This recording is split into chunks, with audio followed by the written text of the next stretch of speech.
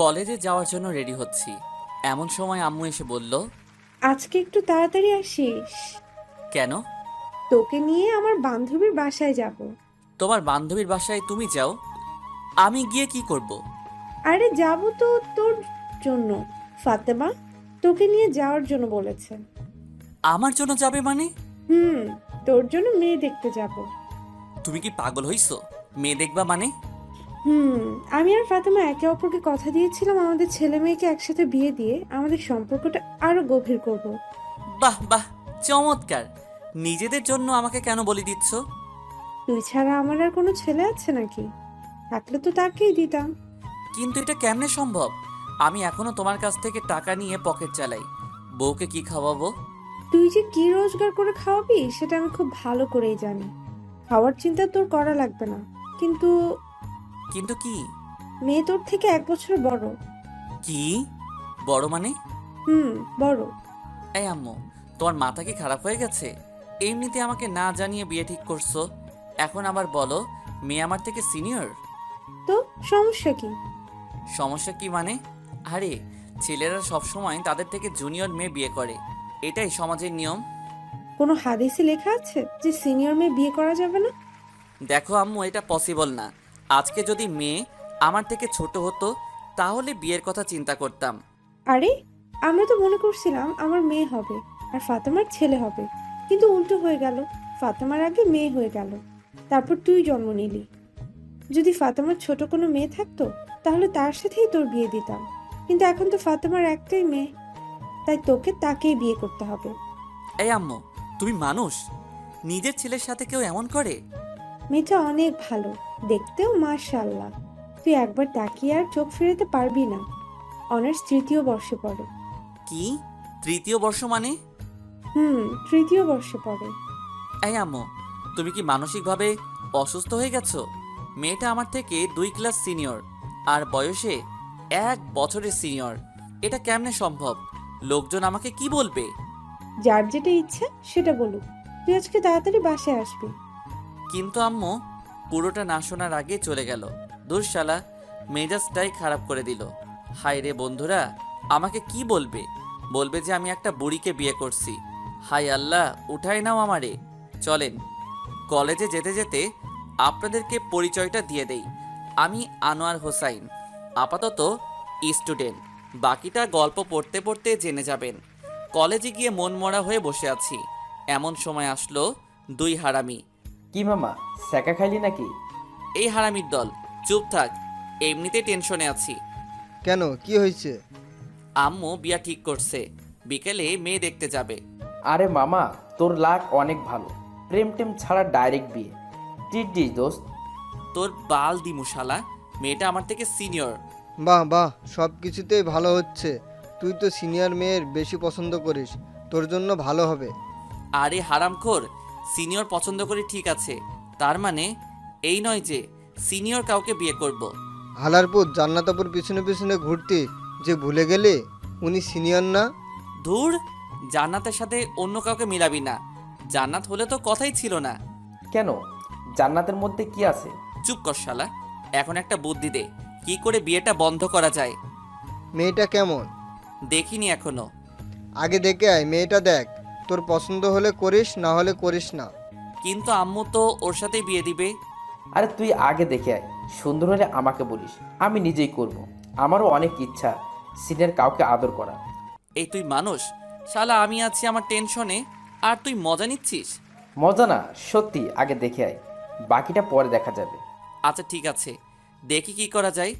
এরপর তিনজনে মিলে একসাথে ক্লাসে চলে গেলাম। আমি 2টা ক্লাস করে বাসায় আসলাম, দেখি আম্মু কার সাথে হেসে হেসে কথা বলছে। আমাকে দেখে বলল, ওই, তাড়াতাড়ি কর, তোর হবু শাশুড়ি কল দিয়েছে। বুঝতে আর দেরি হলো না আম্মু কার সাথে কথা বলছে। এদিকে রাগে আমার পুরো শরীরটা চলে যাচ্ছে। যাই হোক, খাওয়া দাওয়া করে রেডি হয়ে একটা সিএনজি করে ফাতেমা আন্টিদের বাসার উদ্দেশ্যে রওনা দিলাম। 1 ঘন্টা পর একটা বাসার সামনে গিয়ে গাড়ি থামলো। আমি আর আম্মু ভিতরে গেলাম। আম্মুকে দেখে একটা মহিলা এসে জড়িয়ে ধরে মরা কান্না কাঁদতে শুরু করলো। এদিকে রাগে আমার গা জ্বলে যাচ্ছে। মহিলাদের এত আবেগ কোথা থেকে আসে কে জানে। এই দেখলাম ভালো, এখন দেখে আবার কান্না করছে। আমাকে তো শালা বোমা মারলেও কান্না আসবে না। যাই হোক, একটু পর ফাতেমা আন্টি আমার দিকে তাকালো। আম্মু ইশারায় আমাকে সালাম দিতে বলল। আমি সালাম দিলাম। আমার কাছে এসে বলল, এ আন্তানুর, এটা তোর ছেলে নাকি? তোর হবু জামাই। আল্লাহ কত বড় হয়ে গেছে জানো বাবা, তোমাকে সেই ছোটবেলায় দেখেছি, কত হিসু করেছো আমার কোলে, তার কোনো হিসাব নাই। যাহ, কথা বলছি এখানে আর উনি চলে গেলেন। কোথায় হিসু করছি, কোথায় হাগু করছি? হায়রে আল্লাহ, উঠায় নাও আমারে। যাই হোক, আমি সোফায় রুমে গিয়ে বসলাম। আম্মু আর ফাতেমা আন্টি কথা বলতে বলতে উপরে চলে গেল। একটু পর আম্মু নিচে আসলো, এসে আমাকে বলল, এই, মুখ এমন করে রাখছিস কেন? একটু হাসি খুশি থাক। হায়রে আম্মু, বুঝলাম না তুমি। আমার কান্না আসছে। প্রায় ৪৫ মিনিট বসে আছি, মহারানীর আসার কোনো খবর নাই। অবশেষে আসলো। মহারানীকে দেখেই আমি তো পুরো টাসকে খেয়ে গেলাম। আরে এটা তো জান্নাত আপু, যার পিছনে পিছনে আমি এতদিন ঘোরাঘুরি করেছি। তার মানে জান্নাতি ফাতেমা আন্টির মেয়ে। আহ, জান্নাত আমার বউ হবে, এ যেন মেঘনা চাইতে বৃষ্টি পাওয়ার মতো। যাই হোক, জান্নাত একটা শাড়ি পরে এসেছে দেখে আমি হাঁ করে ওর দিকে তাকিয়ে রইলাম। আমার এমন হাঁ করে তাকিয়ে থাকা দেখে আম্মু আমাকে একটা টোকা দিল। তারপর বাস্তবে ফিরে আসলাম। জান্নাত এসে আমাকে চা দিল। আমার মনের ভিতর তো তখন লাড্ডু ফুটেছে। বিদ্যা বালানের গানটা মনের ভিতর বাজতেছে। উলালা উলালা তুই মেরি ফ্যান্টাসি। জান্নাত এসে আম্মুকে সালাম দিয়ে ভিতরে চলে গেল। আমিও সোফায় বসে রইলাম। আম্মু অনেকক্ষণ ফাতেমা আন্টির সাথে বসে বসে গল্প করলো। তারপর বিয়ের দিন তারিখ ঠিক করে বাসায় চলে আসলাম। বাসায় এসে আমি তৌফিক আর নাফিসকে গ্রুপ কল দিলাম। এই হারামির দল, কোথায় তোরা? কেন, কি হয়েছে? সেটা পরে বলবো, তাড়াতাড়ি রেস্টুরেন্টে আয়, তোদের ট্রিট দিব। ট্রিটের কথা শুনে দুজনেই লেজ উঠিয়ে চলে আসলো। সন্ধ্যায় ওদের সাথে রেস্টুরেন্টে গেলাম। মামা, ঘটনা কি? হঠাৎ করে ট্রিট? দোস্ত, কাম তো হয়ে গেছে। কি মেয়ে পছন্দ হয়েছে নাকি? ঠিক বলছিস। তুই না বললি এই বিয়েটা তুই করবি না? আরে সেটা তো আগে বলেছিলাম, কিন্তু পাত্রীকে দেখার পর সব ঠিক হয়ে গেছে। তা পাত্রীটা কে? তোদের জান্নাত আপু। আমাদের ক্যাম্পাসের জান্নাত আপু নাকি, যার জন্য তুই কুত্তার মতো পিছন পিছন হাঁটতি? এই শালারা চুপ কর, আমি কারো পিছনে ঘুরি নাই। আর হ্যাঁ, সেই জান্নাত আম্মুর বান্ধবীর মেয়ে। সিরিয়াসলি? দোষ, এ তো মেঘ না চাইতেও বৃষ্টি আসার মতো। আজকে যা ইচ্ছা খেয়ে নে, টাকা আমি দিব। তো বিয়ে কখন? আগামী শুক্রবার। কালকে থেকে কেনাকাটা শুরু। তোরা কেউ আর ক্লাসে যাস না, এই সপ্তাহে কাজ আছে। এরপর ওদেরকে ট্রিট দিয়ে বাসায় চলে আসলাম। কিছুতেই ঘুম আসছে না। ভাবছি জান্নাতকে কল দিয়ে কিছুক্ষণ প্রেম করব। না থাক, বিয়ের পর চুটিয়ে প্রেম করা যাবে। এই কয়েকদিন একটু পার্ট নিয়ে থাকি। পরের দিন সবাই মিলে কেনাকাটা শেষ করলাম। আস্তে আস্তে বাসায় মেহমান আসতে শুরু করেছে। আম্মু সবাইকে ইনভাইট করে দিছে। দেখতে দেখতে বিয়ের দিন চলে আসলো। সবাই অনেক ব্যস্ত, আমিও মোটামুটি ব্যস্ত ছিলাম। অবশেষে বিয়েটা হয়ে গেল। আমি তৌফিক আর নাফিস ছাদে বসে বসে গল্প করছি। এদিকে জান্নাত বাসর ঘরে বসে আমার জন্য ওয়েট করছে। আমার তো আর এখানে দাঁড়িয়ে থাকতে ইচ্ছে করছে না, কিন্তু দুই হারামি আমাকে যেতে দিচ্ছে না। রাত প্রায় 12টা। আমি তখনও ছাদে বসে বসে আড্ডা দিচ্ছি। এমন সময় আম্মু আসলো। কি রে, তুই এখনো বসে আছিস যে? তো কি করব? কি করবি মানে? যা, ঘরে যা। মেয়েটা সে কখন থেকে একা একা বসে আছে। আন্টি, আমরা ওকে অনেকবার বলেছি, কিন্তু ও আমাদের কথা শুনছে না। আমি তৌফিকের কথা শুনে ওর দিকে অবাক দৃষ্টিতে তাকালাম। তখন আম্মু বলল, যা, তাড়াতাড়ি ঘরে যা। ঠিক আছে যাচ্ছি, তুমি নিচে যাও। একটু পর আম্মু চলে গেল।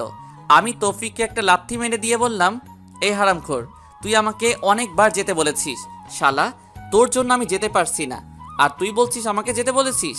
আরে মামা, রাগ করিস কেন? আন্টিকে একটু পাম দিলাম আর কি। আচ্ছা ঠিক আছে, তুই যা। ওকে, যাচ্ছি, দোয়া করিস। এই শোন, বল। মনে করে বিড়াল মারিস, তোর ক্ষমতা দেখিয়ে দিবি, না হলে পুরুষ জাতি তোরে ধিক্কার দিবে। চুপ কর, আমি যাচ্ছি। আচ্ছা ঠিক আছে, যা। যদি বেঁচে থাকিস তাহলে কাল দেখা হবে। আমি একটা হাসি দিয়ে নিচে চলে আসলাম। বাসর ঘরের সামনে দাঁড়িয়ে আছি। কেমন জানি ভয় লাগছে, আবার লজ্জাও। আহারে, নিজের ঘরে নিজে যাব আর সেখানেই ভয় লাগছে। 2 কেজি সাহস নিয়ে দরজাটা খুললাম। ভিতরে গিয়ে দরজাটা বন্ধ করে দিলাম। দেখলাম জান্নাত মোবাইলে কার সাথে কথা বলছে। আমাকে দেখেই মোবাইলটা রেখে দিয়ে চোরের মতো হয়ে গেল। মোবাইলটা রেখে দিল। আমি গিয়ে সামনে দাঁড়ালাম। ভাবছি সে হয়তো সালাম করবে। অনেকক্ষণ দাঁড়িয়ে থাকার পর দেখলাম সে এখনও বসে আছে। আমি মনে করছি আমি তার জুনিয়র, তাই হয়তো সালাম করতে লজ্জা লাগছে বা করবে না, থাক করা লাগবে না। একটা সালাম আর কিছু যায় আসে না। আমি গিয়ে খাটের উপরে বসলাম। তখন জান্নাত বলল, তোর সাথে আমার কিছু কথা আছে। বাহ, শুরুতেই তুই? আমি বললাম, কি কথা বলবেন? আমি তোকে স্বামী হিসেবে মানতে পারবো না। মুহূর্তেই যেন আমার পায়ের নিচ থেকে মাটি সরে যেতে লাগলো। নিজেকে শক্ত করে বললাম, কেন পারবেন না? আর সে কথা বিয়ের আগে বলেননি কেন? বলিনি, কারণ আম্মুর কথার উপর আমি কোনো কথা বলতে পারবো না। তাছাড়া বাবা অসুস্থ, এখন যদি আমি বিয়েতে না করি তাহলে বাবা হয়তো আরো বেশি অসুস্থ হয়ে যাবে। আপনার বাবা মায়ের কথা চিন্তা করে আপনি আমার লাইফটা নষ্ট করে দিলেন কেন? আপনার যদি বিয়েতে মত না থাকতো আপনার বাবা মাকে বলতেন। বলে কোনো লাভ হবে না, ওরা কিছুতেই আমার কথা শুনবে না। আমাকে বলতেন, আমি আম্মুকে বলে দিতাম যে আপনাকে আমার পছন্দ হয়নি। আমি মেহেদিকেও অনেকবার বলেছি পালিয়ে যাওয়ার জন্য, কিন্তু ও এখন নাকি কিছু করতে পারবে না, কিছুদিন সময় লাগবে। মেহেদিকে? আমার বয়ফ্রেন্ড। তো এখন আপনি কি চান? ডিভোর্স। কথাটা শুনে বুকের ভিতরটা কেমন যেন কেঁদে উঠল। ডিভোর্স তো আর বললেই হয়ে যাবে না, কমপক্ষে 6 মাস একসাথে থাকতে হবে। কি 6 মাস? তোকে তো আমার 1 সেকেন্ডও সহ্য হয় না। ডিভোর্স পেতে হলে 6 মাস সহ্য করতে হবে। আচ্ছা ঠিক আছে। আর হ্যাঁ, আরেকটা কথা, কি? এই 6 মাস কোনোভাবেই আমার উপর স্বামীর অধিকার খাটাতে আসবি না। ওকে, এই 6 মাস সবার সামনে অন্তত বউয়ের মতো থাকবেন। মা যদি জানতে পারে অনেক কষ্ট পাবে, আর আমি মায়ের কষ্ট সহ্য করতে পারি না। আচ্ছা ঠিক আছে। তারপর আমি রুম থেকে চলে যাচ্ছি, এমন সময় জান্নাত আবার ডাক দিল। এই কই যাস? বাইরে। এখান থেকে কি করব? না, তুই বাইরে যাবি না। কেন? বাইরে গেলে সবাই সবকিছু বুঝে যাবে। বাহ, বুদ্ধি আছে। এরপর আমি খাটে ঘুমাতে যাব, এমন সময় জান্নাত আবারও চিৎকার দিয়ে ডাক দিল। এই কি করছিস? কেন ঘুমাবো? তো খাটে কেন? তাহলে কোথায় ঘুমাবো? তুই খাটে ঘুমাতে পারবি না, সোফায় ঘুমা। কেন, খাটে ঘুমালে সমস্যা কি? বললাম না তোকে স্বামী হিসেবে মানি না, তাহলে খাটে ঘুমাবি কেন? আমি আর কিছু না বলে একটা বালিশ সোফায় রেখে বারান্দায় চলে গেলাম। ভাবতে লাগলাম কোন অপরাধের কারণে আল্লাহ এত শাস্তি দিচ্ছে আমাকে। বাইরে তাকিয়ে দেখি সবাই ব্যস্ত, বাবুর্চিরা এদিক ওদিক ঘুরছে, আম্মুও সবার সাথে বসে বসে গল্প করছে। কিছুক্ষণ দাঁড়িয়ে থেকে আবার রুমে চলে আসলাম। দেখি জান্নাত কার সাথে মোবাইলে কথা বলছে। আমাকে দেখে আবার মোবাইলটা রেখে দিল। আমি লাইট বন্ধ করে ঘুমাতে যাব, এমন সময় জান্নাত আবারও ডাক দিল। কি রে, লাইট কেন অফ করছিস? তো লাইট জ্বালিয়ে কেউ ঘুমায় নাকি? আমি তোকে বিশ্বাস করতে পারছি না, তুই লাইট দে। দূর, এই রুমেই থাকবো না। এই কই যাস? জাহান্নামে।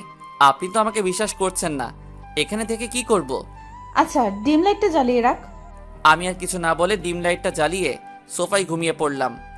সকালে ঘুম ভাঙলো জান্নাতের মায়াবী মুখটা দেখে। আহ, কি সুন্দর লাগছে দেখে, মনে হচ্ছে নিষ্পাপ একটা শিশু ঘুমিয়ে আছে। হুমায়ুন আহমেদ বলেছিল যে মেয়েকে ঘুমন্ত অবস্থায় সুন্দর দেখায় সেই প্রকৃত সুন্দর। জান্নাতকেও সেই হুমায়ুন আহমেদের অজানা সুন্দরী নারী লাগছে। তারপরে কিছুক্ষণ তাকিয়ে থাকার পর ওর ঘুমটা ভেঙে যায়। আমাকে দেখার আগেই আমি আবার ঘুমের ভাব ধরে সোফায় শুয়ে রইলাম। জান্নাত উঠে ফ্রেশ হতে চলে গেল, আমিও উঠে নাস্তা করে বাইরে চলে গেলাম। তৌফিক আর নাফিসকে গতকাল রাতের ঘটনাগুলো খুলে বললাম। সত্যি জান্নাত তোর কাছে ডিভোর্স চাইছে? তো আমি কি মিথ্যা বলছি? তো এখন কি করবি? দেখা যাক, ডিভোর্স দেওয়া ছাড়া আর কোনো অপশন নাই। তোদের কোনো উকিল পরিচিত আছে? আমার কাকা আছে। আচ্ছা, আমি তোকে সব কাগজপত্র দিব, তুই তোর কাকার সাথে কথা বলে রাখিস। ওকে চল, এখন মন খারাপ করে বসে থেকে লাভ নাই, একটু ঘুরে আসি। ও ঠিক বলছে। আচ্ছা ঠিক আছে, চল। সারাদিন ওদের সাথে ঘোরাঘুরি করে রাত 9টায় বাসায় ফিরলাম।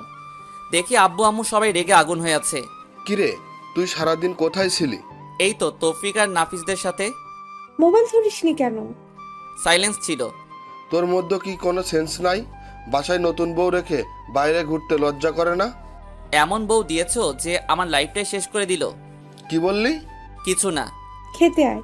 খাবো না, বাইরে থেকে খেয়ে আসছি। আর কোনো কথা না বলে সোজা রুমে গেলাম। গিয়ে দেখি জান্নাত কার সাথে মোবাইলে কথা বলছে। আমাকে দেখে মোবাইলটা রেখে দিল। ওর এসব কাণ্ড দেখে মাথায় পুরো রক্ত উঠে গেল। আমাকে বলল, এই ডিভোর্সের ব্যাপারে কিছু করেছিস? উকিলের সাথে কথা হয়েছে, অন্তত 6 মাস একসাথে থাকতে হবে। তোর তো আমার 1 সেকেন্ডও সহ্য হয় না।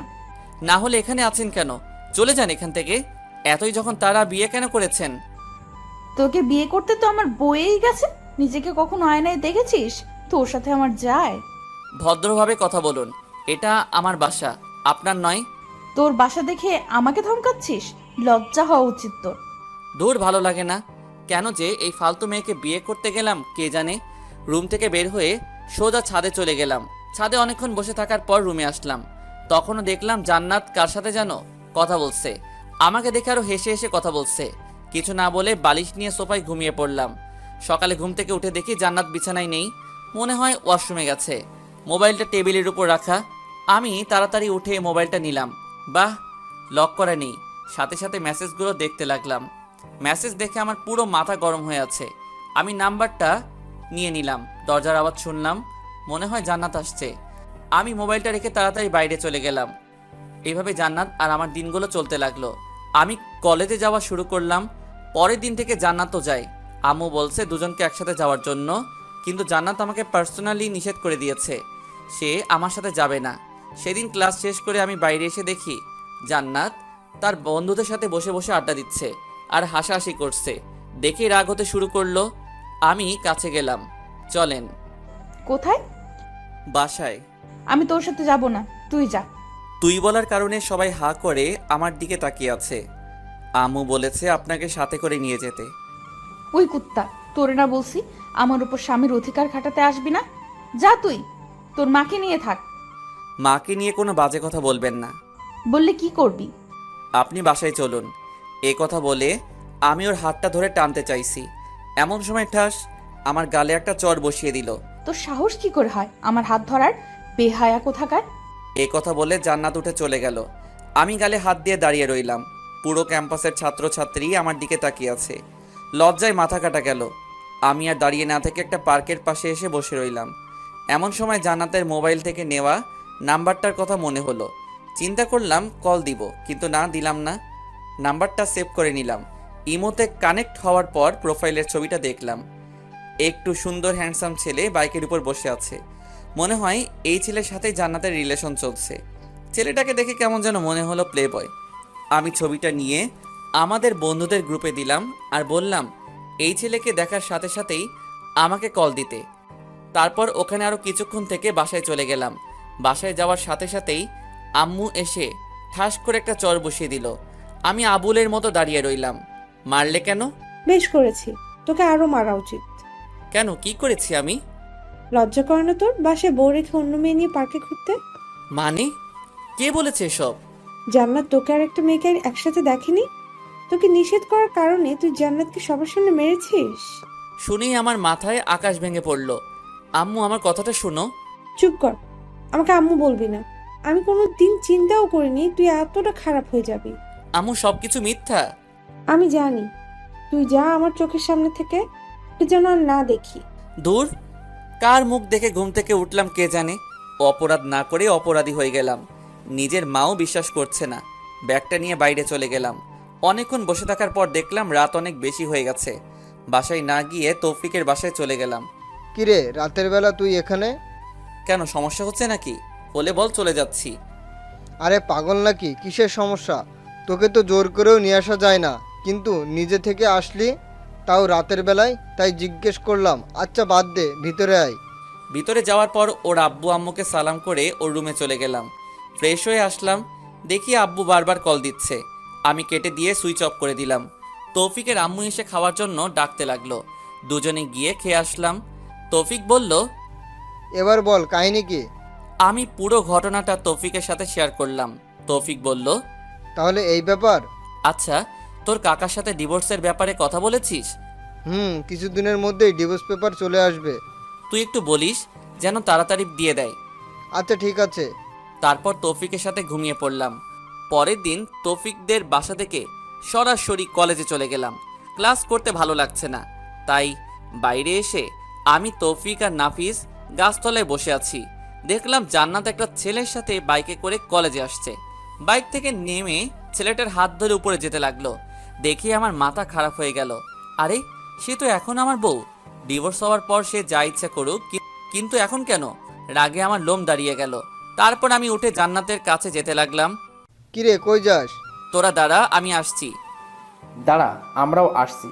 তারপর তিনজন মিলে জান্নাতের সামনে গেলাম। আপনি এ ছেলেটার হাত ধরেছেন কেন? সেটা কি তোকে বলতে হবে?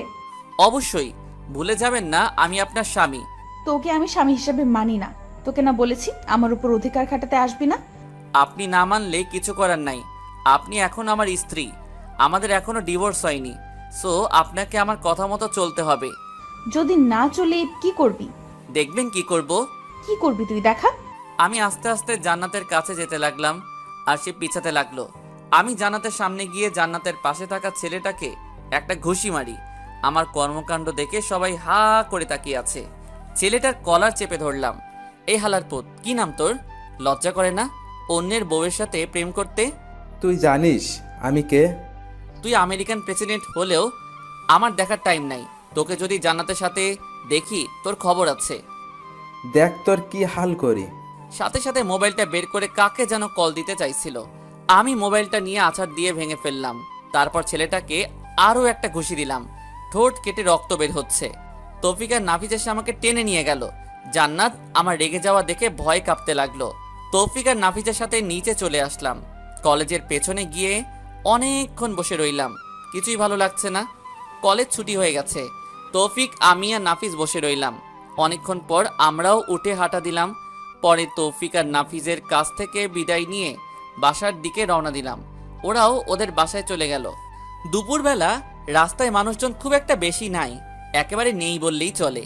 খেয়াল করে দেখলাম দুইজন ছেলে সিগারেট টানতে টানতে আমার পিছনে আসতে লাগলো। আরেকটু যাওয়ার পর আরও চারজন একটা গলি থেকে বের হয়ে আসলো। দেখতে মাস্তান টাইপের, আমার পিছু পিছু আসতে লাগলো। হঠাৎ করে একটা ছেলে পেছন থেকে আমার ঘাড়ের উপর হাত দিয়ে চাপ দেয়। আমি পেছনে তাকাই। কি সমস্যা? ঘাড়ে কেন হাত দিলেন? আগুন আছে, সিগারেট ধরাবো। না, আমি ওসব খাই না। আইসে আমার লক্ষ্মী ছেলে, ওইসব খায় না। কি ব্যাপার? আপনাদের সমস্যা কি? আমার কোনো কথার উত্তর না দিয়ে একটা ছেলে এসে আমার মুখ চেপে বাকিগুলো এসে আমার উপর ঝাঁপিয়ে পড়ে।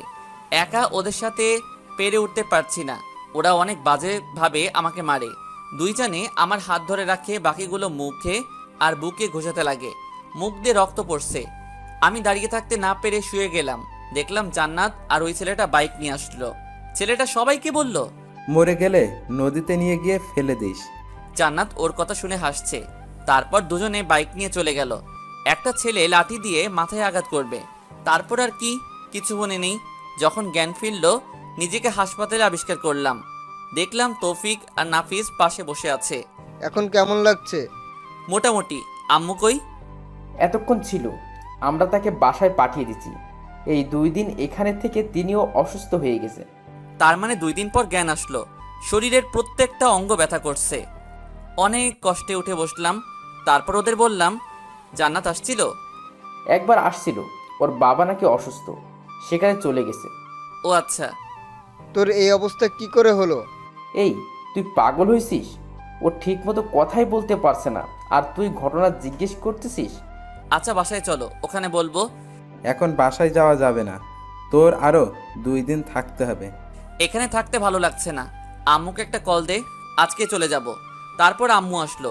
এসে আমাকে ধরে কান্নাকাটি শুরু করে দিল। ডাক্তারের কাছ থেকে অনুমতি নিয়ে বাসায় চলে গেলাম। সেদিন রাতে তৌফিক আর নাফিজের আমার সাথে ছিল। তাদের সব ঘটনা খুলে বলি।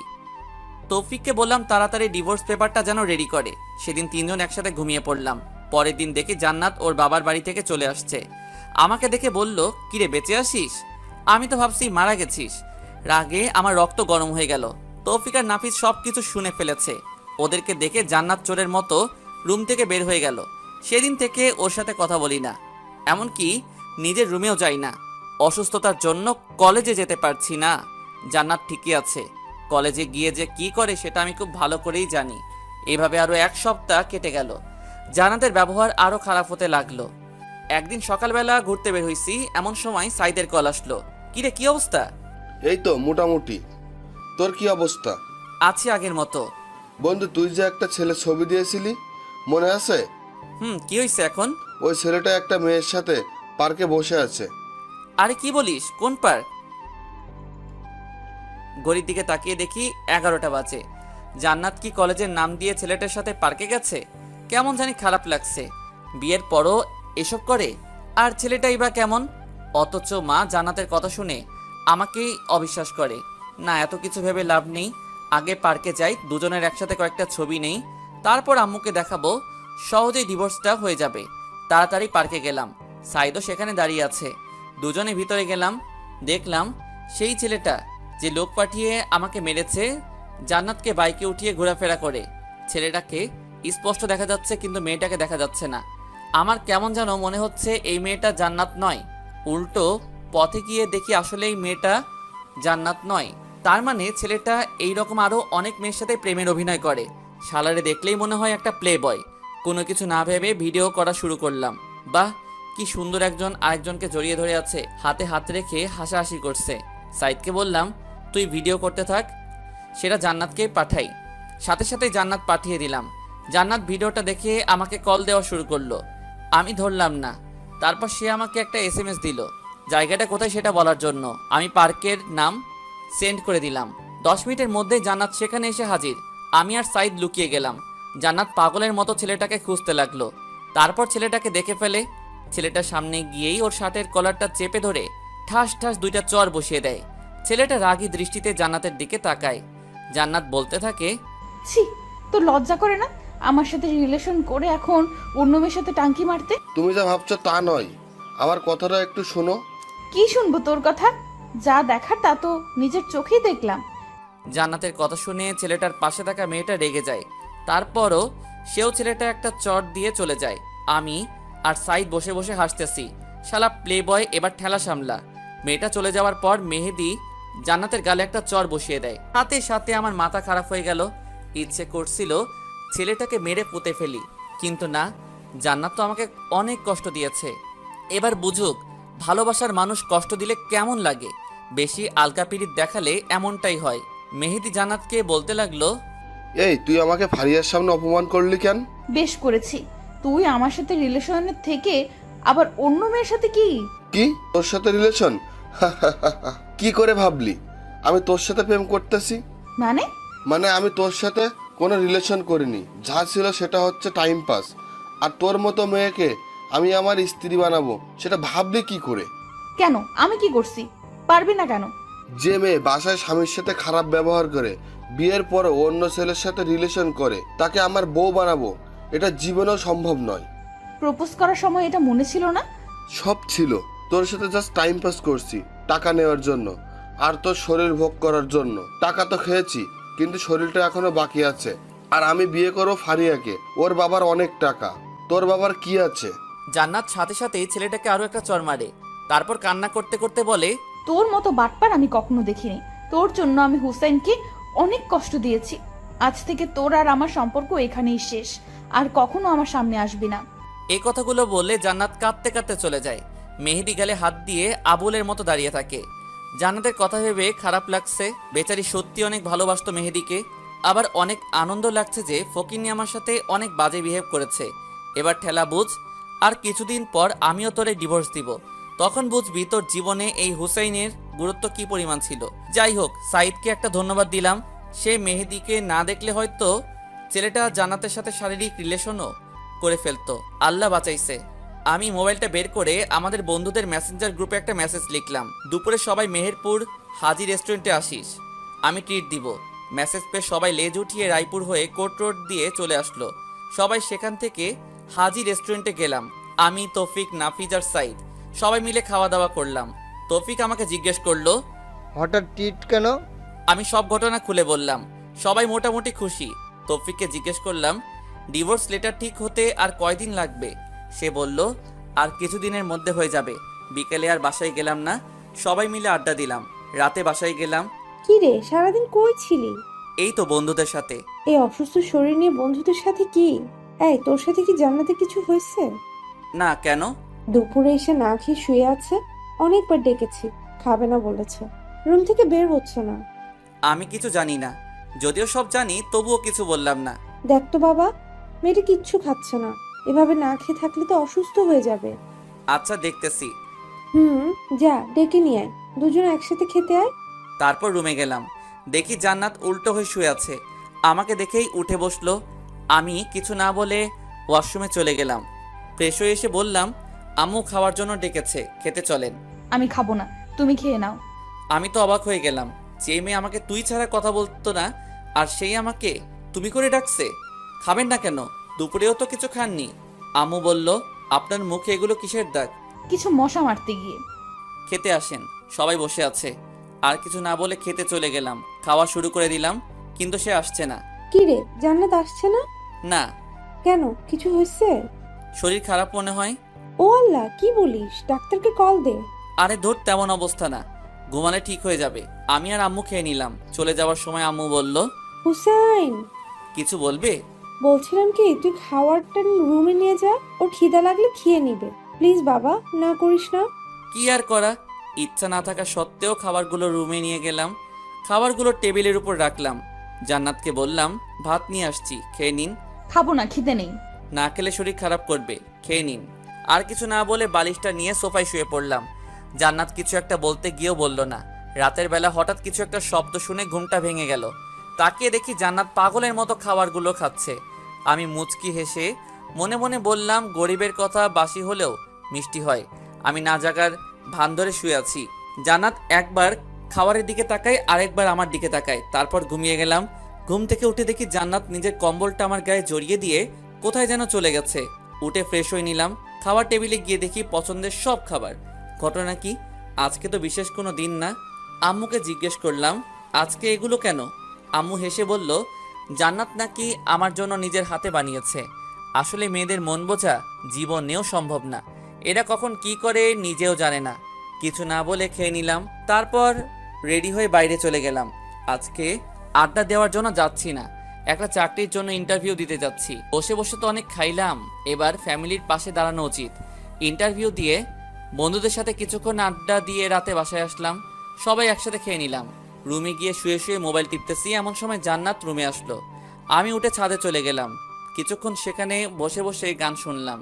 তারপর রুমে এসে দেখলাম জান্নাত এখনো বসে আছে। কি ব্যাপার, আপনি এখনো ঘুমাননি? ঘুমাবো পরে, একটা কথা বলতাম। বলেন। আমাকে আর আপনি করে বলবে না, তো কি বলবো? তুমি করে বলিও। No thanks. তারপর খাট থেকে বালিশটা নিয়ে সোফায় ঘুমাতে যাব। এমন সময় জান্নাত আবারও বলল, সোফায় না ঘুমালে হয় না? তো কোথায় ঘুমাবো? তুমি এবার থেকে খাটে ঘুমাবে। কেন, আপনার চর খাওয়ার জন্য নাকি অপমানিত হওয়ার জন্য? দেখেন, আমারও একটা পার্সোনালিটি আছে। আগে সব কিছুর জন্য সরি। আমি কিছু না বলে সোফায় ঘুমিয়ে পড়লাম। তুই কি ভাবছিস তোর নরম কথায় আমি পটে যাব? তুই এখনো হুসাইনকে চিনিসনি। আমিও তোকে অনেক ভালোবাসতাম, কিন্তু যখনই তোর কাছে যেতাম অপমান ছাড়া কিছুই পাইনি। যাক, এত কিছু ভেবে লাভ নেই, ঘুমিয়ে পড়ি। রাতের বেলা কারো গোঙানির শব্দে ঘুমটা ভাঙলো। ডিম লাইটের আলোয় রুমের সবকিছু হালকাভাবে দেখা যাচ্ছে। দেখলাম জান্নাত শুয়ে শুয়ে কান্না করতেছে। কাঁদুক, তাতে আমার কি? কানের মধ্যে কাঁথা চাপা দিয়ে আবারও ঘুমিয়ে পড়লাম। সকালবেলা কারো নরম হাতের স্পর্শে ঘুমটা ভাঙলো। হালকা চোখ খুলে দেখি জান্নাত আমার মাথায় হাত বুলাচ্ছে। আমিও না জানার ভান করে শুয়ে আছি। একটু পর সে উঠে গোসল করতে চলে গেল। গোসল করে এসে আমাকে ডাকতে লাগলো। উঠে আমিও ফ্রেশ হয়ে নিলাম। সকালবেলা নাস্তা করে শুয়ে শুয়ে ফেসবুকিং করছি। এমন সময় তৌফিক কল দিয়ে বলল, আমার চাকরিটা হয়ে গেছে। আমিও মহা খুশি। যাক, অবশেষে পরিবারের হাল ধরতে পারবো। আম্মুকে খবরটা দিলাম। আম্মুও অনেক খুশি। জান্নাতকে কিছু বললাম না। সেদিন রাতে তৌফিক আর নাফিজের সাথে আড্ডা দিয়ে রাতে বাসায় আসলাম। জান্নাত আমাকে বলল, কংগ্রেচুলেশন। Thanks, but why? নতুন চাকরি পাওয়ার জন্য। ও আচ্ছা। পরের দিন তাড়াতাড়ি ঘুম থেকে উঠলাম, রেডি হয়ে অফিসে চলে গেলাম। প্রথম দিন ভালোই লাগলো। এইভাবে আরও 10 দিনের মতো চলে গেল। জান্নাত আমার কাছে আসতে চাই, বাট আমি তেমন একটা কথা বলি না, কারণ আগের দিনগুলোর কথা আমি এখনো ভুলিনি। জান্নাতের জন্য আমি এখন প্রায় কলেজে যাই না বললেই চলে। সেদিন সবার সামনে অপমান করার পর থেকে কারোর সামনে যাই না, শুধু পরীক্ষাটা দিয়ে আসি। পরের দিন অফিসে যাচ্ছি, এমন সময় আম্মু এসে বলল, অফিসে যাচ্ছিস? কিছু বলবে? বলছিলাম কি, জান্নাতের আম্মু কল দিছে, সে নাকি অসুস্থ, জান্নাতকে যেতে বলেছে। তো যাক। না মানে, তুই যদি দিয়ে আসতি তাহলে ভালো হতো। আমি কিভাবে দিয়ে আসবো? অফিসে দেরি হয়ে যাবে। হবে না, জান্নাত রেডি আছে। প্লিজ বাবা, না করিস না। কি আর করা, আম্মুর কথা মতো জান্নাতকে নিয়ে বাসা থেকে বের হলাম। একটা সিএনজি নিলাম। জান্নাতের পাশাপাশি বসে আছে, কিন্তু কোনো কথা বলছি না। জান্নাত কি যেন বলবে, মুখ দেখে বুঝলাম। তারপর জিজ্ঞেস করলাম, কি বলবেন? তোমার অফিস কখন শেষ হবে? 4টায় কাজের চাপ থাকলে দেরি হতে পারে। ও আচ্ছা, একটা কথা বলতাম। বলেন। তোমার অফিসে মেয়ে কলিগ আছে? আছে, 5 জন আছে, 2 জন আমার পাশেই বসে। ও আচ্ছা।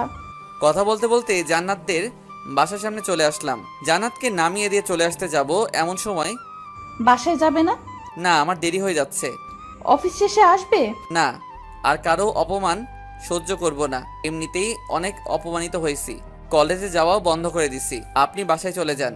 জান্নাত কিছু একটা বলতে চাইছিল, সেদিকে না তাকিয়ে ড্রাইভারকে বললাম গাড়ি টান দিতে। তারপর সেখান থেকে সোজা অফিসে চলে গেলাম। সারাদিন অফিস করে বিকালে আড্ডা দিয়ে বাসায় গেলাম। কি রে, তুই এখানে কেন? তো কোথায় যাব? তুই জান্নাতের বাসায় যাসনি? আমারে কি পাগলা কুত্তায় কামড়াইছে? খাবার দাও তো, এগুলো ভালো লাগছে না। তোমার কথা রাখতে গিয়ে আজকে আমার জীবনটা তেজপাতা হয়ে গেল। কি? কিছু না, খাবার দাও, আমি ফ্রেশ হয়ে আসছি। আচ্ছা আয়। খাওয়া দাওয়া করে রুমে গিয়ে খাটে শুয়ে পড়লাম। কি শান্তি! আজকে কতদিন পর শান্তিতে ঘুমাবো। এতদিন এই ফকিনির জন্য খাটে ঘুমাতে পারিনি। মনে হচ্ছে 20 বছর খাটে ঘুমাই না। শুয়ে শুয়ে গেম খেলছি, এমন সময় একটা নতুন নাম্বার থেকে কল আসে। হ্যালো, আসসালামু আলাইকুম। কে বলছেন? আমি আরে আমিটাকে। আমি জান্নাত বলছি। ও আচ্ছা, এটা কার নাম্বার? কাজিন একটার। তুমি ঠিকমতো খাইছো? আপনি খাইছেন? হুম। আপনার আম্মু কেমন আছে? জি ভালো। আচ্ছা ঠিক আছে, রাখি, ঘুমাবো। ওকে। কল কেটে দিয়ে ভাবছি হঠাৎ এত কেয়ার নিতেছে কেন। মায়া মানুষের বিশ্বাস নাই, এদের মনে কখন কি চলে এরা নিজেরাই জানে না। যাই করুক, জান্নাত যে আমাকে আস্তে আস্তে ভালোবেসে ফেলেছে সেটা আমি ঠিকই বুঝতে পেরেছি। এভাবে 1 সপ্তাহ চলে গেল, আমিও আরামে ঘুমাই, খাই দাই আর অফিস করি। জান্নাতের সাথে কথা হয় না, যদি সে কল দেয় তাহলে জাস্ট হাই হ্যালো ছাড়া তেমন কোনো কথা হয় না। সেদিন অফিসে কাজ করছি, এমন সময় তৌফিক কল দিল। কিরে, কি অবস্থা? এই তো মোটামুটি, তোর? আছি, বেকার মানুষের আর কিসের অবস্থা? আচ্ছা শোন, যে জন্য কল করছিলাম, বল। তোর ডিভোর্স পেপার রেডি হয়ে গেছে, আমি বিকেলে নিয়ে আসবো। তুই আমাদের আড্ডার জায়গায় চলে আসিস। থ্যাঙ্কস দোস্ত। ধন্যবাদ দিতে হবে না, ট্রিট দিতে হবে। আচ্ছা ঠিক আছে, নাফিসকে বলে দিস। আচ্ছা ঠিক আছে। যাক, অবশেষে পেপারটা রেডি হলো। এটা নিয়ে এতদিন কি যে পেরেছিলাম তা বলে বোঝানো যাবে না। বিকেলে অফিস শেষ করে আড্ডা দেওয়ার ওখানে চলে গেলাম। তৌফিক আর নাফিস বসে আছে, ওদের সাথে অনেকক্ষণ আড্ডা দিলাম। তারপর বাসায় আসলাম, এসে দেখে আম্মু রেগে আছে। কি হইছে, এইভাবে তাকিয়ে আছো কেন? তোর মোবাইল কই? আছে তো। যা শালা, মোবাইল তো বন্ধ হয়ে আছে। তোরে কল দিলে কল যায় না কেন? আম্মু চার্জ নেই, শেষ হয়ে গেছে। টিপতে ভালো লাগে, চার্জ দিতে ভালো লাগে না? আচ্ছা বাদ দাও, কেন কল দিছো? জান্নাতকে নিয়ে আসার জন্য। তো ও নিজে আসুক, আমি ওর বডিগার্ড নাকি? এই কেমন কথা? মেয়েটা একা একা আসবে কি করে? যা নিয়ে আয়। নিয়ে আসবো মানে? যা, এখন নিয়ে আয়, না হলে ঘরে জায়গা নেই তোর। কি করা, আবারও জান্নাতের বাসার উদ্দেশ্যে রওনা দিলাম। ওখানে এসে থেকে 8:30 বাজে। কলিং বেল বাজালাম, অনেকক্ষণ পর জান্নাতের আম্মু এসে দরজা খুলে দিল। আসসালামু আলাইকুম, কেমন আছেন? আলহামদুলিল্লাহ ভালো। তুমি কেমন আছো বাবা? জি আমিও ভালো আছি। জান্নাত উপরে আছে, যাও। ইচ্ছা না থাকা সত্ত্বেও যাওয়া লাগলো। গিয়ে দেখি জান্নাত রেডি হয়ে বসে আছে। আমি বললাম, রেডি হয়েছেন? রেডি। আম্মু কল করেছিল। তুমি এত দেরি করলে যে? অফিস থেকে আসতে একটু দেরি হয়ে গেছে। আচ্ছা চলুন। এখন না, খাওয়া দাওয়া করে যাব। বাসায় গিয়ে খাবো। না, এখান থেকে খেয়ে যাব। আম্মু সব রান্না করে বসে আছে। কি আর করা, খাওয়া দাওয়া করে তারপর বাসার উদ্দেশ্যে রওনা দিলাম। সিএনজিতে আর কোনো কথা হয়নি। ভিতরে ভিতরে টেনশনে আছি, আজ থেকে আবার শান্তি মতো ঘুমাতে পারবো না। একটু পর বাসায় চলে আসলাম। এসে দেখি বাসার লাইট সব বন্ধ। দরজা টোকা দেওয়ার আগেই খুলে গেল। পুরো বাসা অন্ধকার। আমি আম্মুকে কয়েকবার ডাকলাম, কিন্তু কোনো সারা শব্দ নাই। খুব ভয় পেয়ে গেছি, কোনো অঘটন ঘটলো না তো? জান্নাত ভয়ে আমার হাত চেপে ধরে দাঁড়িয়ে রইল। বুঝলাম ওর হাত কাঁপতেছে। আমি পকেট থেকে মোবাইলটা বের করব, এমন সময় আমাদের দুজনকে অবাক করে দিয়ে অনেকগুলো লাইট একসাথে জ্বালিয়ে দিয়ে তৌফিক, নাফিজ, আম্মু সবাই একসাথে বলে উঠল, হ্যাপি বার্থডে ডিয়ার জান্নাত, many many happy Returns of the day. আমি তো পুরো টাসকি খেয়ে গেলাম। এগুলো কে করলো, কখন করলো, কিভাবে করলো? আমি তো এই 2 ঘন্টা আগেই বাসায় ছিলাম, তখন তো তেমন কিছুই ছিল না। আমি ভাবছি, আর জান্নাত আম্মুকে বলল, আম্মু আপনি কি করে জানলেন আজকে আমার জন্মদিন? আর এত কিছু কে করেছে? সবাই একসাথে আমাকে দেখিয়ে দিল। আমি আরও একটা টাসকি খেলাম। যাই হোক, সবাই মিলে কেক কাটলাম। জান্নাত প্রথমে আমাকে খাইয়ে দিল, আমিও খাইয়ে দিলাম। একে একে সবাই খাওয়া দাওয়া করে অনেক মজা করলাম। তৌফিক আর নাফিস জান্নাতকে অনেকগুলো গিফট দিল। আম্মু একটা রিং দিল। বাকি শুধু আমি আছি। তৌফিক হঠাৎ করে বলল, হোসাইন তার গিফট কালকে সকালে দিবে। আমি নির্বাক হয়ে দাঁড়িয়ে রইলাম। পরে আমি তৌফিক আর নাফিস ছাদে চলে গেলাম। কিরে তোরা এত কিছু কি করে জানিস? আমরা জানতাম না আন্টি, আমাদের বলেছে আর তোকে কিছু বলতে নিষেধ করেছে। ও আচ্ছা। এই তৌফিক, তুই যে বললি সকালে গিফট দিব, কি গিফট দিব? আরে বেটা, জান্নাত তোর কাছে ডিভোর্স চাইছে না, ডিভোর্স পেপার তো রেডি, সকালে দিয়ে দিবি। আর এটা হবে জান্নাতের জন্য সবচেয়ে বড় উপহার।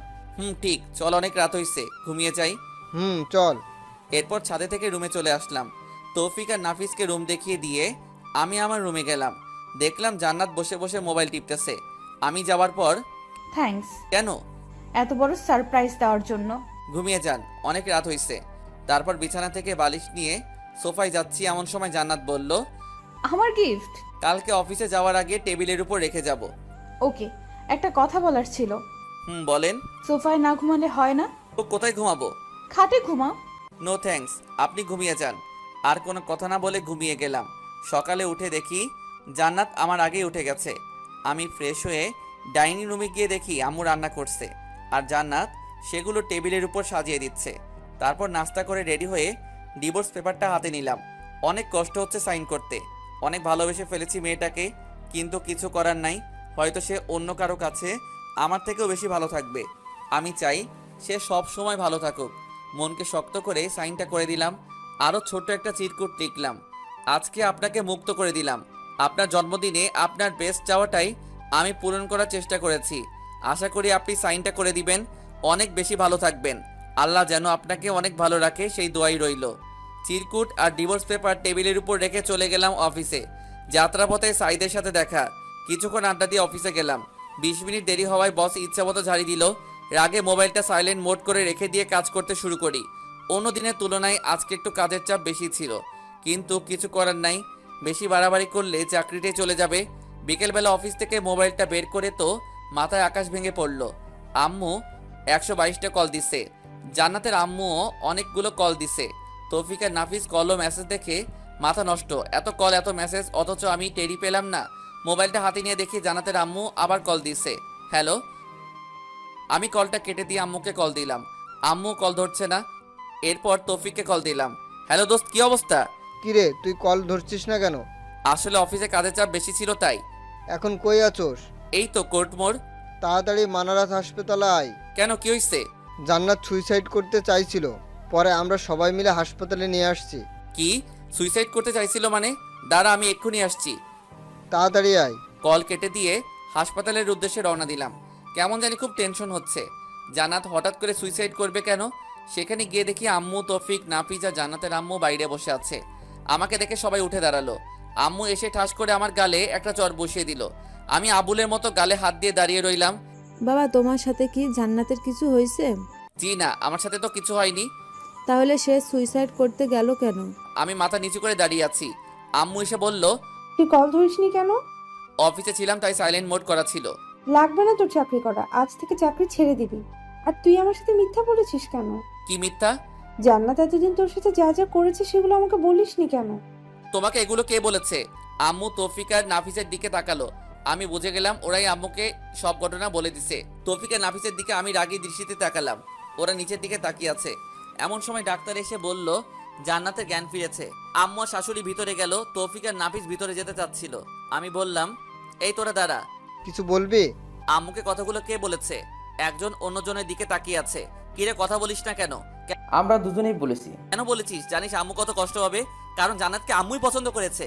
আন্টিকে না বলে কোনো উপায় ছিল না। তিনি আমাদের যেভাবে চাপের মুখে ফেলেছে, না বলে থাকতে পারেনি।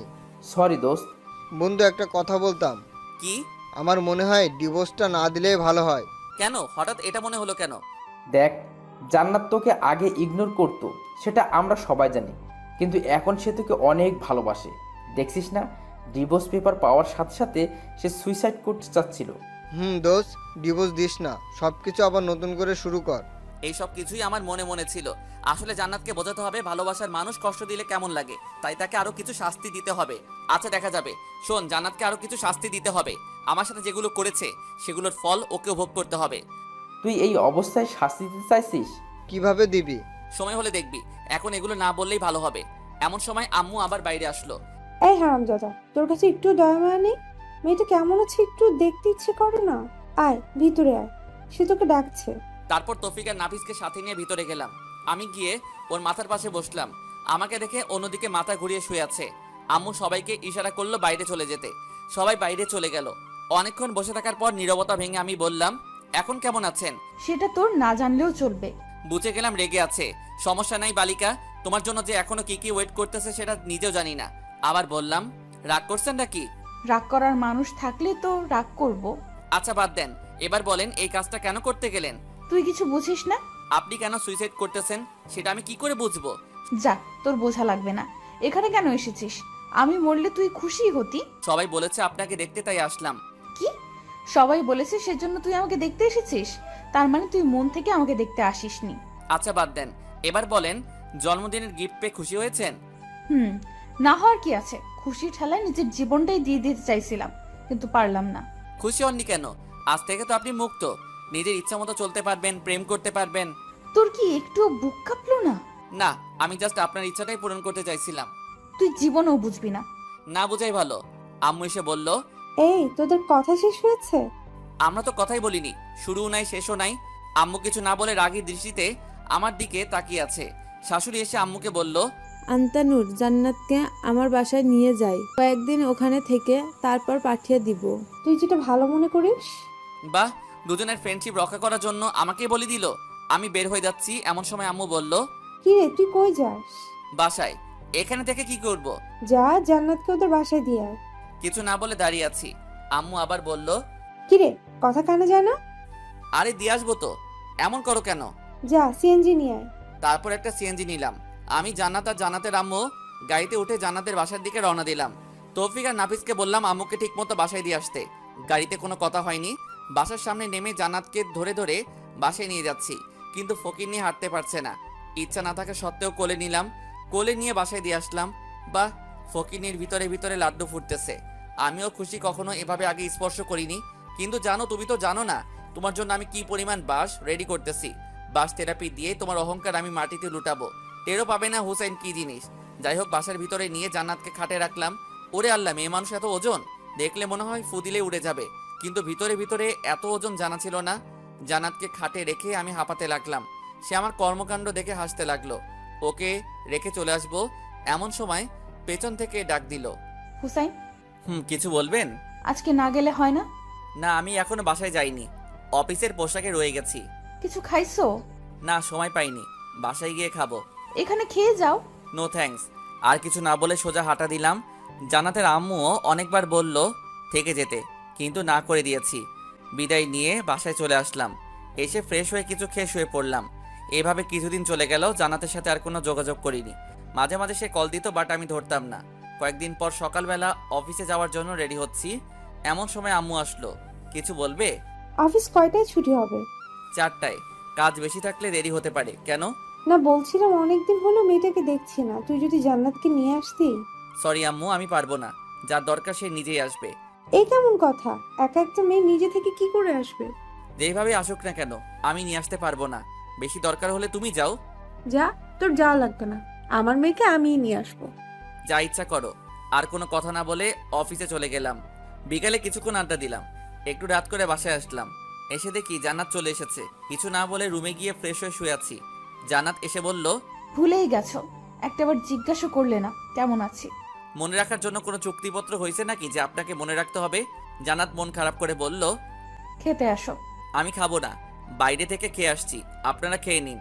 জান্নাত কিছু না বলে চলে গেল। আমি শুয়ে শুয়ে ফেসবুকিং করছি। একটু পর সে আসলো। মনে হয় খাওয়া শেষ। আমার সামনে এসে ঘুরঘুর করতেছে। আপনি কেন এসেছেন? মানে আপনি এই বাসায় কেন এসেছেন? আপনার চাওয়া তো আমি পূরণ করে দিয়েছি, আবার কি?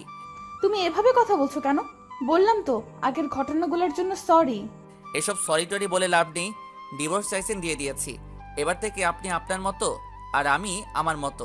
আমি এসব মানি না। আমি আম্মুকে ছাড়া থাকতে পারবো না। যেদিন আম্মু বলবে সেদিন চলে যাব। আমি আর কিছু না বলে শুয়ে শুয়ে মোবাইল টিপতেছি। জান্নাত এসে বিছানায় উঠতে লাগলো। এই আপনি কি করছেন? আপনি হয়তো ভুলে গেছেন এটা আমার রুম, আমার বিছানা। সো আপনি পর একটা বালিশ ওর হাতে দিয়ে দিলাম। বালিশ হাতে নিয়ে মন খারাপ করে সোফায় চলে গেল। এবার বুঝো কেমন লাগে। এতদিন আমাকে জ্বালাইছো। আমি অন্যদিকে পাশ কাটিয়ে ঘুমিয়ে গেলাম। মধ্যরাতে কিছু একটা আওয়াজ শুনে ঘুমটা ভেঙে গেল। চোখ খুলে দেখি জান্নাত নাক টেনে টেনে কান্না করতেছে। আমি বললাম, এই আপনার সমস্যা কি? এসব ন্যাকা কান্না করার মানে কি? তোমার এত কিছু জানতে হবে না। জানার দরকারও নেই, অন্য কোথাও গিয়ে কাঁদেন, এখানে ঘুমে ডিস্টার্ব হচ্ছে। সকালে আমার অফিস আছে। জান্নাত তারপরও কান্না করতেছে। আরেকবার নাক টানা শুনলে লাথি দিয়ে রুম থেকে বের করব। যত সব আজাইরা। দেখলাম জান্নাত কিছু না বলে ওয়াশরুমে চলে গেল।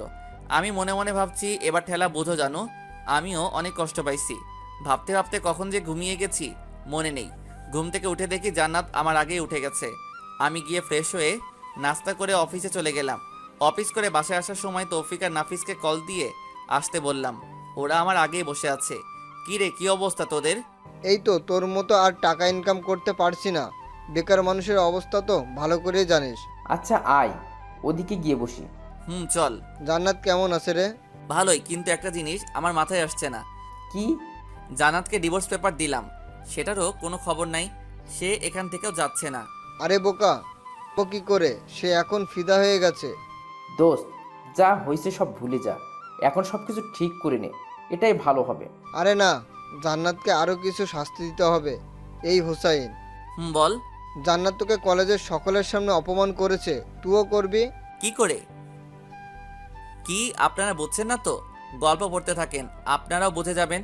তারপর তৌফিককে বললাম, ধুর বেটা, এটা করা উচিত হবে না। যাই হোক, সে আমার স্ত্রী। আরে বেটা, সমস্যা নাই, পরে আদর করে দিস, সব ঠিক হয়ে যাবে। হা হা হা, হারামি, তুই আর মানুষ হলি না। তুই চাকরি করবি নাকি কলেজে যাবি? দুটাই। বসকে বলবো ছুটি দিতে, দিয়ে দিবে। তাহলে ঠিক আছে। এরপর আরও কিছুক্ষণ আড্ডা দিয়ে বাসায় চলে গেলাম। ফ্রেশ হয়ে এসে রুমে শুয়ে রইলাম। তৌফিকরে বুদ্ধি মোতাবেক মোবাইলটা সাইলেন্ট মোড করে কানে লাগিয়ে কথা বলতে লাগলাম। পাশে জান্নাত ছিল। প্রেম করলে যেই রকম রোমান্টিক কথাবার্তা বলে, আমিও সেমভাবে বলতে লাগলাম। জান্নাত রাগে ফুলতে লাগলো। আমি অনেক জোরে হেসে হেসে কথা বলছি। অনেক বকাবকি করার পর মোবাইলটা রেখে দিলাম। আসলে কোনো প্রেম করিনি, তাই কথাও খুঁজে পাচ্ছি না। আমি জান্নাতকে দেখিয়ে মোবাইলে একটা কিস দিলাম। জান্নাত আমার সামনে এসে দাঁড়ালো। কিছু বলবেন? মেয়েটাকে? তা দিয়ে আপনার কাজ কি? অনেক কাজ। আগে বলো মেয়েটাকে। আমার ভবিষ্যৎ বউ। বাসায় বউ রেখে অন্য মেয়ের সাথে কথা বলতে লজ্জা করে না? বউ মানে? কোথায় বউ? কে বউ? তাহলে আমি কে? বলে যাবেন না আপনাকে ডিভোর্স দিয়ে দিছি, সো আপনি আমার কেউ নন। মানে কি বলছো এসব? যা শুনেছেন তাই। আর হ্যাঁ, আমার কোনো পার্সোনাল ব্যাপারে আপনি নাক গলাতে আসবেন না। আমি আম্মুর সাথে কথা বলে আপনাকে আপনাদের বাসায় পাঠানোর ব্যবস্থা করছি। হুসাইন, প্লিজ এমন করো না। আগের ব্যবহারের জন্য সত্যি আমি অনেক লজ্জিত। সরি বললাম তো। আমি একটা টান দিয়ে হাতটা ছাড়িয়ে নিলাম। রাগ দেখিয়ে ছাদে চলে গেলাম। ছাদের দরজাটা বন্ধ করে কিছুক্ষণ লুঙ্গি ড্যান্স দিলাম। ফকিনি, যখন আমি তোর পিছে পিছে ঘুরতাম, তোর কেয়ার করতাম, তখন আমাকে 2 টাকার দামও দিতি না। এবার বুঝো কেমন লাগে। ছাদ থেকে নিচে এসে খাওয়া দাওয়া করে রুমে গিয়ে শুয়ে পড়লাম। জান্নাত যথারীতি বালিশ নিয়ে সোফায় চলে গেল। রাতের বেলা ঘুমটা ভেঙে গেল। জান্নাতের দিকে তাকাতেই দেখি গুটি মেরে শুয়ে আছে। চেহারাটা দেখে আবার ক্রাশ খেলাম। ঘুমন্ত অবস্থায় মানুষকে আসলেই অনেক নিষ্পাপ মনে হয়। হুমায়ুন আহমেদ বলেছিলেন, যে নারীকে ঘুমন্ত অবস্থায় সুন্দর দেখায় সেই প্রকৃত সুন্দর। জান্নাত তো হুমায়ুন আহমেদের ঘুমন্ত নারী। কিছুক্ষণ তাকিয়ে থেকে বুঝলাম জান্নাত ঠান্ডায় কাঁপছে। নিজের কাছে খারাপ লাগছে। উঠে গিয়ে কম্বলটা ওর গায়ে জড়িয়ে দিলাম। মোবাইলে টাইম দেখলাম, একটু পর ফজরের আজান দিবে। আর ঘুমালাম না। উঠে উজু করে নামাজ পড়ে বাইরে কিছুক্ষণ ঘোরাঘুরি করলাম। বাসায় এসে দেখি জান্নাত মুখ টিপে টিপে হাসছে। মনে হয় কম্বল দেওয়ার কারণে। বালিকা এত খুশি হওয়ার কিছু নেই। হুসাইন কি জিনিস হাড়ে হাড়ে টের পাবা। নাস্তা করে বসে বসে মোবাইল টিপতেছি। এমন সময় আম্মু এসে বলল, কি রে, আজকে অফিসে যাবি না? না, ছুটি নিয়েছি। কেন, শরীর খারাপ নাকি? আরে না, অনেকদিন কলেজে যাই না, আজকে যাব। আর আমার একটু কাজ আছে। জান্নাতও পাশে ছিল। জান্নাত আম্মুকে বলল, আম্মু, বলছিলাম কি, আমিও তো অনেকদিন কলেজে যাই না, লেখাপড়াটাও ভালোভাবে হচ্ছে না। আজকে গেলে কোনো সমস্যা হবে? আরে না, কিসের সমস্যা, যা, তুইও কলেজে যা। ধন্যবাদ আম্মু। এই হুসাইন, বলো। জান্নাতকে সাথে করে নিয়ে যা। সরি, আমি পারবো না। যে যার মতো যাবে। পারবি না মানে? মেয়েটা একা একা কি করে যাবে? যেভাবে খুশি যাক, বাট আমি নিয়ে যেতে পারবো না। আম্মুকে আর কোনো কিছু বলতে না দিয়ে আমি রুমে চলে গেলাম। গিয়ে রেডি হয়ে জান্নাতের আগে চলে গেছি। আমি, তৌফিক, নাফিজ আর ইতু বসে আছি। জান্নাত আসছে দেখে তৌফিক বলল, এই মামা আসছে, শুরু কর। কে আসছে? আরে বেটা, তোর সিনিয়র বউ আসছে, শুরু কর। আমি এবার ইতুর হাতটা ধরে বসে হেসে হেসে কথা বলছি। ইতু প্ল্যান মোতাবেক আমার হাত ধরে আছে। জান্নাত এটা দেখে তো রাগে লাল হয়ে গেল। আমার দিকে আর না তাকিয়ে উপরের তলায় চলে গেল। আমরা সবাই হাসতে হাসতে শেষ ক্লাস করিনি, ওখানে বসে আছি। দেখলাম জান্নাত উপর থেকে বারবার আমার দিকে তাকাচ্ছে, আমিও খুব সুন্দর করে অভিনয় চালিয়ে যাচ্ছি। 2 ঘন্টা চলে যাওয়ার পরে জান্নাত আর ওর কয়েকটা বান্ধবী মিলে আমাদের কাছে আসলো। তৌফিক আর নাফিস একসাথে গান গাইতেছে, আমাদের এই বাজে স্বভাব কোনোদিন যাবে না। একটা সিনিয়র মেয়ে এসে বলল, কানের নিচে যখন কয়েকটা পড়বে তখন সব রকমের বাজে স্বভাব চলে যাবে। আপু আসসালামু আলাইকুম, ভালো আছেন? ক্লাস না করে এখানে কি পাখি দেখি। বাদরামি করস? এখানে পানি আসবে কোথা থেকে? আসেন আসেন, আমার পাশে বসেন, আপনিও দেখতে পাবেন। আমি তখনও ইতুর হাত ধরে আছি। জান্নাত আমাকে বলল, ছি, লজ্জা করে না তোমার? কেন, আমি কি ল্যাংটা হয়ে আছি নাকি? তার চেয়েও খারাপ, বাসায় বউ রেখে এখানে অন্য মেয়ের সাথে। ছি। ওয়েট ওয়েট, বউ মানে কার কথা বলছেন? কার কথা বলছো না? আমার কথা চেনো না মানে? তুমি এত খারাপ ভাবতেও আমার ঘৃণা হয়। আপনার লজ্জা করে না একটা জুনিয়র ছেলের পেছন পেছন ঘুরঘুর করতে? পাত্তা দেই না, তবুও কেন আসেন? এতক্ষণে পুরো ক্যাম্পাসের সবাই আমাদের দিকে তাকিয়ে আছে। জান্নাত লজ্জায় মাথা নিচু করে ফেললো। দেখলাম ওর চোখের কোণে পানি। জান্নাত কান্না করতে করতে ক্যাম্পাসের বাইরে চলে গেল। আমার নিজেরও খারাপ লাগছে, ব্যাপারটা একটু বাড়াবাড়ি হয়ে গেছে। পরে আমি, তৌফিক আর নাফিস বের হয়ে গেলাম। ইতুকে ধন্যবাদ দিয়ে বিদায় দিয়ে দিলাম। আমরা বাইরে কিছুক্ষণ আড্ডা দিলাম। এরপর বাসায় চলে গেলাম।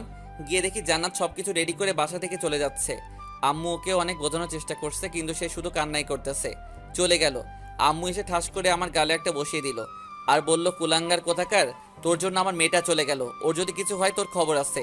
তারপরেই আম্মুর কথা শুনে মাথাটাই খারাপ হয়ে গেল।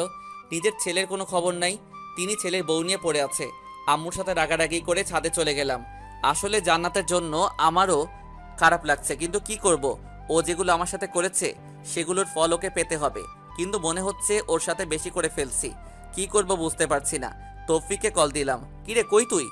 বাসায় এ সময় কল দিচ্ছিস, কোনো সমস্যা? সমস্যা একটা হয়েছে। কি সমস্যা? মোবাইলে বলা যাবে না, তুই দিঘির সামনে আয়, আমি নাফিসকে বলে দিচ্ছি। আচ্ছা ঠিক আছে, তোর বলা লাগবে না, আমি বলে দিচ্ছি। দে। কয়টায় আসবি? আসরে নামাজ পড়ে আয়। ওকে। এরপর কল কেটে দিলাম। নিচে গিয়ে দেখি আম্মু নাকে টেবিলের উপর খাবার রেখে চলে গেছে। আমি আম্মুর রুমে গেলাম। খাবে না? তোর খাওয়া তুই খা, আমি আমার মেয়েকে ছাড়া খাবো না। এই মহা যন্ত্রণা, দূর ভালো লাগে না। আমিও না খেয়ে চলে আসলাম। রুমে এসে শুয়ে পড়লাম। ঘুমানোর চেষ্টা করলাম, ঘুম আসছে না। পরে উঠে বাহিরে চলে গেলাম। আসরে নামাজ পড়ে দিঘির সামনে গেলাম, দেখলাম তৌফিক আর নাফিস বসে আছে। কিরে তোরা আসছিস? তোর নাম্বার বন্ধ কেন? মোবাইলটা হাতে নিয়ে দেখি সুইচ অফ হয়ে আছে। তৌফিক বলল, বল কি সমস্যা? আমি সবগুলি ঘটনা খুলে বললাম। দোস্ত, আমার মনে হয় তোর এখন জান্নাতের বাসায় যাওয়া উচিত। ধুর, আমি ওখানে গিয়ে কি করব? কি করবি মানে? ওর কাছে ক্ষমা চেয়ে নিবি আর বলবি ডিভোর্স পেপারটা নকল ছিল। আরে না, এটা হয় না। না হলে তুমি বসে বসে আঙ্গুল চোষো। জান্নাত কি সব কিছু মেনে নিবে? নিবে। দেখলি না, সে তোর সাথে অন্য কাউকে সহ্য করতে পারে না।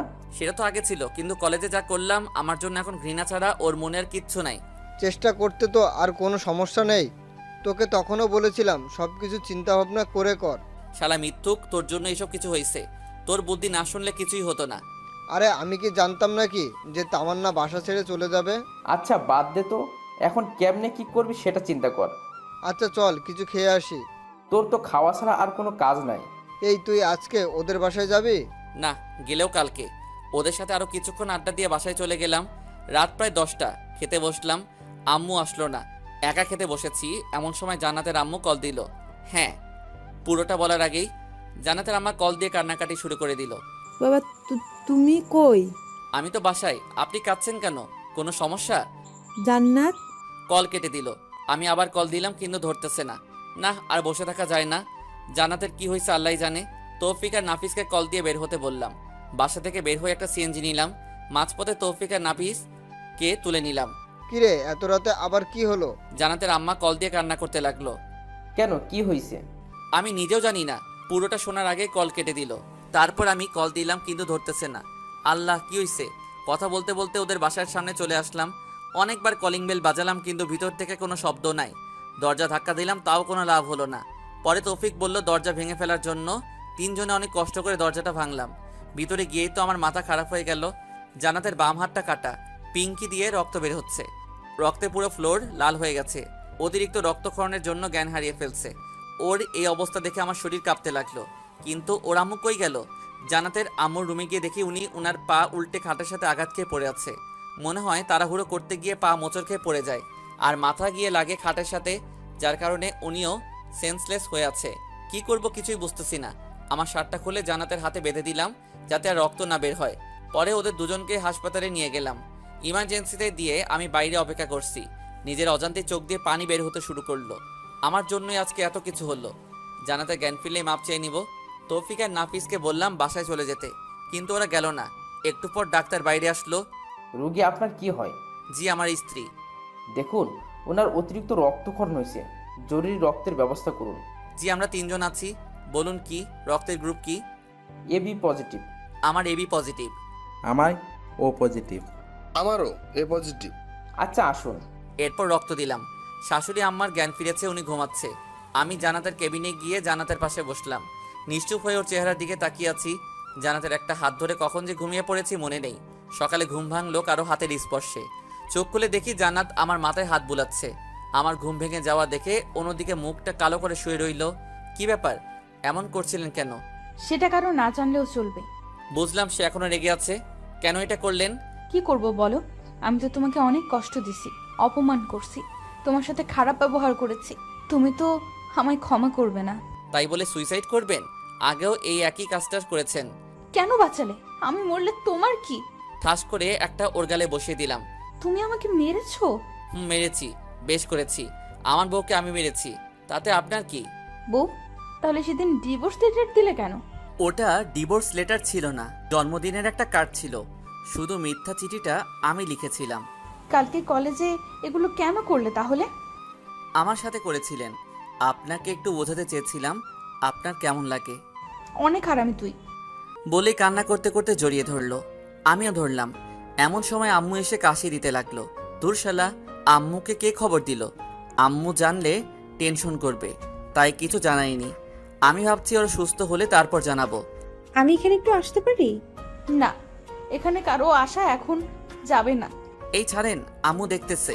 দেখলে দেখুক, আমার স্বামীকে আমি জড়িয়ে ধরেছি, তাতে কার কি? তাই বলে আম্মুর সামনে? এই হাদারাম, কিছু শিখ। আম্মু গিয়ে শাশুড়ির সাথে কথা বলতে লাগলো। বাইরে গিয়ে দেখি তৌফিক আর নাফিস একটা টুলের উপর একজন অন্যজনের উপর উল্টো হয়ে শুয়ে আছে। দেখে আমার হাসি পাচ্ছে। একটু ভিডিও করে ওদেরকে জাগালাম। তারপর বাইরে থেকে কিছু খেয়ে আসলাম। জান্নাতের জন্য নিয়ে আসলাম। ডাক্তারের কাছে গেলাম। আমরা কি ওদের বাসায় নিয়ে যেতে পারবো? আপনার শাশুড়িকে নিয়ে যেতে পারবেন, উনি সুস্থ আছে, কিন্তু আপনার ওয়াইফকে আরও 2 দিন থাকতে হবে। আচ্ছা ঠিক আছে। এরপর আম্মুর কাছে গেলাম। আম্মু, কিছু বলবি? ডাক্তার বলেছে বাসায় যেতে। তো চল। আর এখানে থেকে কি করব? না মানে জান্নাতকে আরো 2 দিন থাকতে হবে, তাই বলেছিলাম তুমি ওনাকে নিয়ে আমাদের বাসায় চলে যাও। কয়েকদিন ওখানে থেকে রেস্টে থাকুক। জান্নাতের কাছে কে থাকবে? আমি আছি, তোমরা বাসায় চলে যাও। সময় পেলে আবার আসিও, আর না হলে আসার দরকার নাই। আচ্ছা ঠিক আছে, সবকিছু দেখে শুনে রাখবি। এরপর তৌফিককে ওনাদের সঙ্গে দিয়ে বাসায় পাঠিয়ে দিলাম। আমি জান্নাতের কাছে গেলাম। এখন কেমন লাগছে? আগে থেকে ভালো। এই শোনো, বলেন। আমি না একজনকে অনেক ভালোবাসি। কাকে? আমার এই জুনিয়র বরটাকে। আমি কিছু না বলে অন্যদিকে তাকিয়ে হাসতেছি। সে হঠাৎ করে আমার মুখটা ওর কাছে নিয়ে গিয়ে একটা ভালোবাসার স্পর্শ এঁকে দিল। তারপর বলল, এই, আমাদের তো বাসর হয়নি, চলো না আজকে আমাদের বাসরটা করে ফেলি। ডাক্তার আপনাকে আরো 2 দিন এখানে থাকতে বলেছে। আগে সুস্থ হন, তারপর দেখা যাবে। এইভাবে রোমান্টিকভাবে 2 দিন চলে গেল। আমি জান্নাতকে নিয়ে বাসায় আসলাম।